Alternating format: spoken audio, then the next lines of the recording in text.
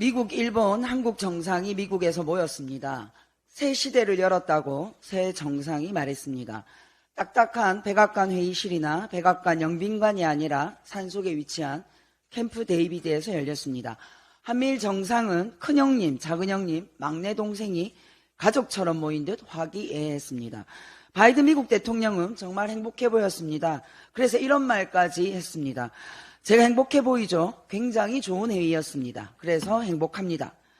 뉴욕타임즈는 한미일 정상회의에서 미 외교의 꿈이 이루어졌다라고 환호했습니다. 이럴 수밖에 없었겠지요. 미국은 자신들에게 가장 큰 위협이 되는 중국, 러시아에 대응하는 미일한 공동협력체제가 중국, 러시아와 딱 붙어있는 한국의 거대한 양보로 공고화되었으니 어찌 행복하지 않았겠습니까? 그동안 북한 대응 수준이던 한미일 공조가 미국의 관심이 큰 중국, 대만 문제와 우크라이나 전쟁으로까지 확대되는 다자안보 체제에 시동이 걸렸는데 미국이 어찌 행복하지 않았겠습니까? 미국은 얻은 것이 무척 많았습니다. 일본도 무척 행복했을 것입니다. 캠프 데이비드 정상회의가 열리기도 전에 미국이 큰 선물을 주었습니다. 동해가 아니라 일본해가 공식 표기라고 확인해 주었습니다. 일본 국민은 흐뭇했을 것입니다. 그리고 한국민은 치욕을 느꼈을 것입니다. 후쿠시마 핵오염수 방류를 앞두고 미국은 물론이고 바로 옆에서 살고 있는 한국 대통령이 아무 문제 제기도 하지 않고 함께 즐거운 모습을 보여주었습니다. 바로 옆나라 한국 대통령이 No problem, very happy 라고 하니 일본 총리 입장에서 전 세계 사람들에게 선전할 수 있고 얼마나 다행이고 행복했겠습니까? 한국 대통령이 일본 총리 대변인처럼 행동하는데 미국은 동해를 일본해라 말하는 것이 아무 부담이 없었을 것입니다.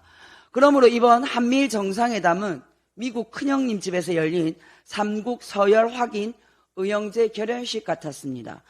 국제적으로 통용되는 바다의 명칭은 하나의 나라 이름이 아니라 지리적 위치나 특징을 반영하는 것이 원칙이고 더구나 일본해라는 명칭은 일본의 식민지 시대 지배 시기에 강제로 사용되기 시작한 것인데도 불구하고 미국이 일본해라고 선언한 것입니다.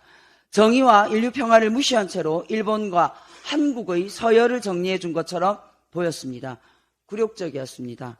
일본의 조선 침략에 면죄부가 되고 독도를 자기들 땅이라고 주장하는 뻔뻔한 일본 군국주의 사고방식에 힘이 실릴까 크게 우려됩니다. 한국은 실리적으로 많은 것을 잃었습니다.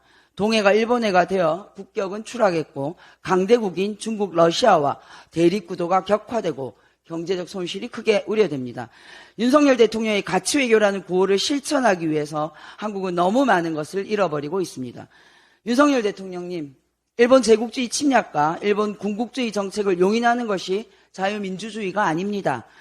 친정부 인사가 아니라는 이유로 방통위원장과 방송통신심의위원장을 자르고 대통령이 특보를 방통위원장으로 임명하는 것이 자유민주주의가 아니듯이 이런 것은 자유민주주의가 아닙니다. 불과 얼마 전까지 세계 경제력과 군사력에서 한국은 상승하고 일본은 후퇴하고 있었습니다. 자랑스러운 대한민국이 왜 이렇게 몰락하고 있습니까? 안타까운 현실입니다.